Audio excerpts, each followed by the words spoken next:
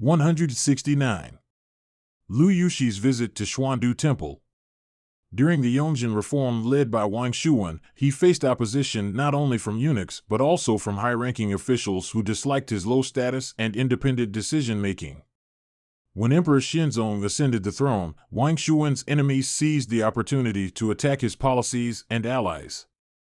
As a result, all 8 reformist officials who had supported Wang Shuwen were demoted and sent to remote provinces as Sima, a minor administrative post.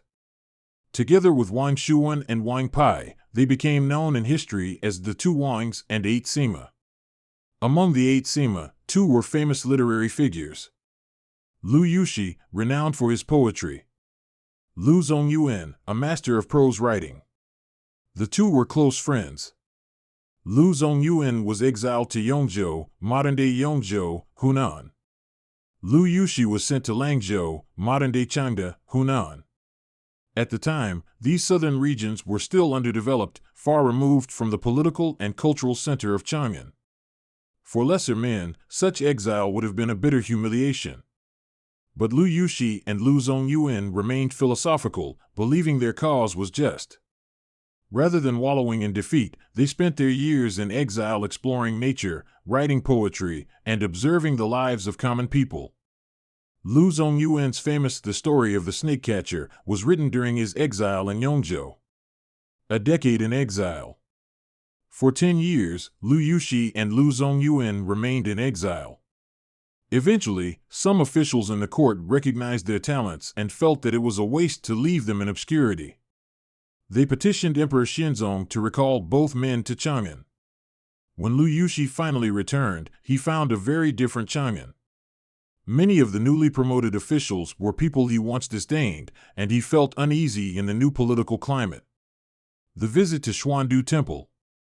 One spring, Lu Yushi's old friends invited him to visit Xuandu Temple, a famous Taoist temple in Chang'an. At the time, a Taoist priest had planted many peach trees in the temple courtyard.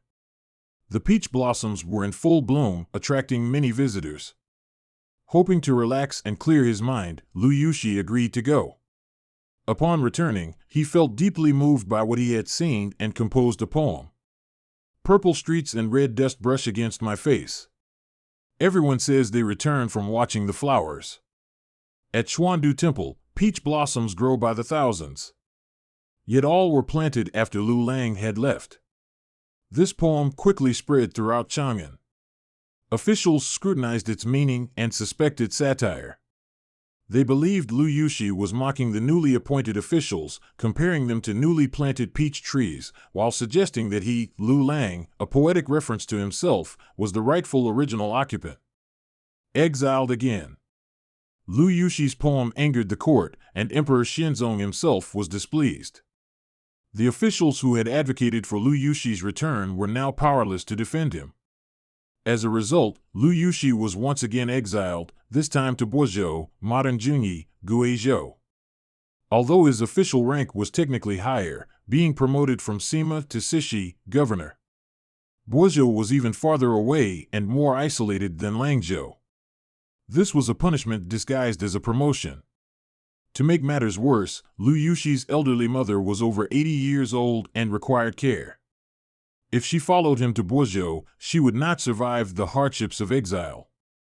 If he left her behind, he would be filled with guilt. A friend's sacrifice. At the same time, Lu Zongyuan was also reassigned, appointed as Sishi of Liuzhou. Hearing of Lu Yushi's plight, Lu Zongyuan made a selfless decision. He petitioned the emperor, offering to switch assignments so that he could take the harsher post in Boizhou. This act of friendship and loyalty deeply moved many officials. In the end, another minister, Pei Du, personally pleaded on Lu Yushi's behalf, and the emperor agreed to reassign him to Lianzhou, modern-day Lianxian, Guangdong, instead. Over the next 14 years, Lu Yushi was transferred between several remote provinces. Return to Chang'an and the second visit to Xuandu Temple.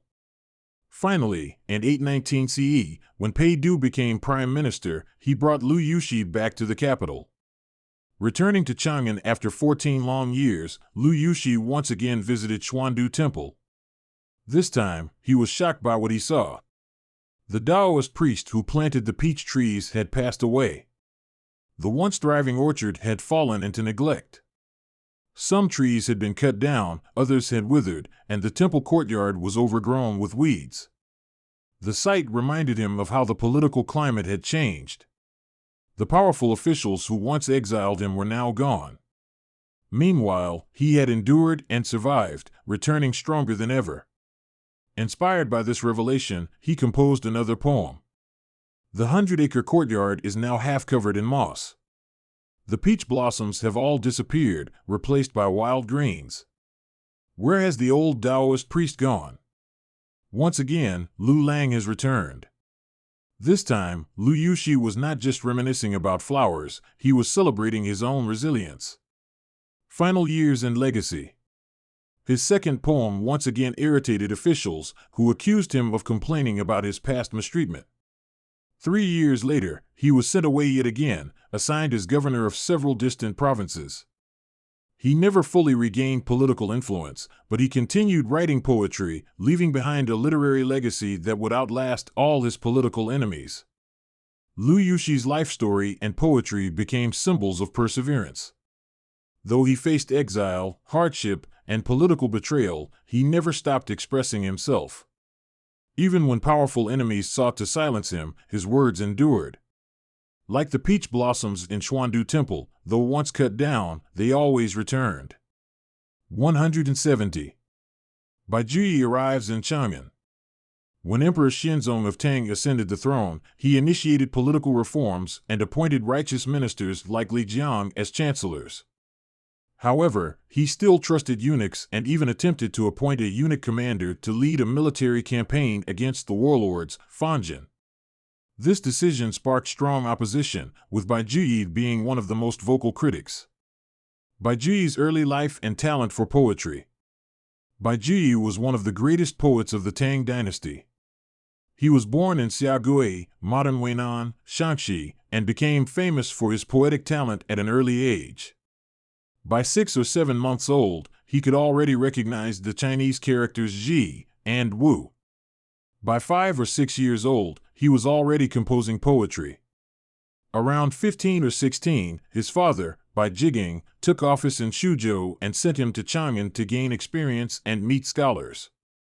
At the time, Chang'an was still recovering from Zhu Si's rebellion, which had devastated the city. The ongoing wars and famine had driven food prices sky high, and the common people suffered greatly. Meeting Gu Kuang. One of the most famous literary figures in Chang'an at the time was Gu Kuang. Though talented, Gu Kuang was proud and arrogant, often looking down on young poets.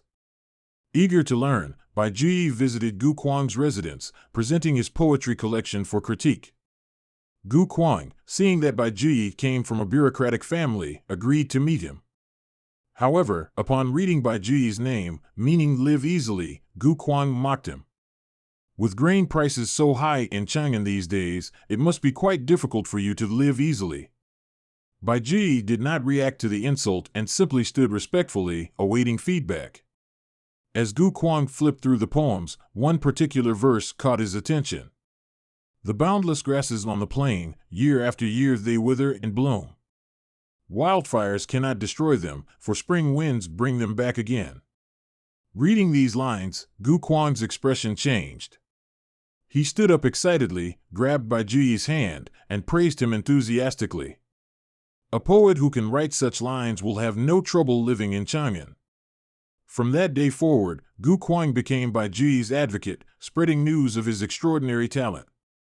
Within a few years, Baijuyi passed the imperial examinations and became an imperial scholar, Jinshi. Emperor Xinzong recognized his talent and appointed him as Hanlin academician. Later, he was promoted to left remonstrator, Suoshi, a position advising the emperor. Baijuyi's political outspokenness. Unlike many officials, Baijuyi was neither power-hungry nor sycophantic. He boldly criticized corruption in his poetry while also submitting direct petitions to the emperor. His most vocal opposition came when he criticized Emperor Xinzong for granting military command to a eunuch. Xinzong was furious and complained to Li Jiang. "I was the one who promoted Baijuyi, and now he dares to disrespect me?" I can't tolerate this. Li Jiang, however, defended Bai Juyi. Your Majesty, Bai Juyi is willing to risk his life speaking the truth. This only proves his loyalty. If he is punished, no one will dare to be honest in the future. Reluctantly, Xianzong refrained from dismissing Bai Juyi. However, a few days later, he still removed him from his position and reassigned him to a lesser post. Poetry for the people. Bai Juyi's poetry often exposed social injustices. Qin Zhongyin and Nu Yuefu condemned eunuch's oppression of the people, the extravagance of bureaucrats, the suffering of laborers and peasants. His clear, accessible language made his poetry wildly popular among commoners. Street vendors, farmers, and even elderly women could recite his verses. It is said that he would read his poems to an illiterate old woman. If she couldn't understand, he would revise them. However, his direct criticism of government corruption made him many enemies among the powerful. Framed and exiled. For years, Bai Juyi's opponents searched for an excuse to remove him. Their opportunity came when Prime Minister Wu Yuanheng was assassinated. While most officials remained silent, Bai Juyi alone submitted a petition demanding the arrest of the killers. Seizing the moment, his enemies accused him of overstepping his authority. Eunuchs and corrupt officials spread rumors against him. Some falsely claimed that Bai Juyi's mother had drowned while admiring flowers, yet he still wrote poems about flowers and wells, a supposed act of filial disrespect. Despite the absurdity of the charges, Bai Juyi was found guilty and exiled to Jiangzhou, modern Zhejiang, Jiangxi, as Sima, a low-ranking official. Writing the Song of the Pipa. His exile deeply depressed him. One evening, while sending off a guest at Pengpu port, he heard a sorrowful melody on the pipa. Upon investigation, he found the musician was an aging former courtesan who had been reduced to wandering the Jiangnan region. Her story resonated with Bai Juyi's own exile. Moved by her fate, he wrote his most famous poem, The Song of the Pipa. Hearing the pipa, I sighed with sorrow. Her story only deepened my grief. Though strangers, we share the same fate. Drifting souls, lost far from home. Final years and legacy. Bai Juyi returned to Chang'an multiple times and served in high-ranking positions. However, seeing the chaos and corruption of court politics, he lost interest in power. Instead, he dedicated himself entirely to poetry, writing over 2,800 poems in his lifetime. His works remain one of the greatest literary treasures in Chinese history. Why Bai Juyi's poetry endures. 1. Simple yet profound language, accessible to all. 2. Bold social criticism, a voice for the people. 3. Deep empathy for human suffering, expressed in masterpieces like The Song of the Pipa. His poetry, though born of personal pain, became a timeless expression of the struggles of ordinary people, ensuring his place as one of China's greatest poets.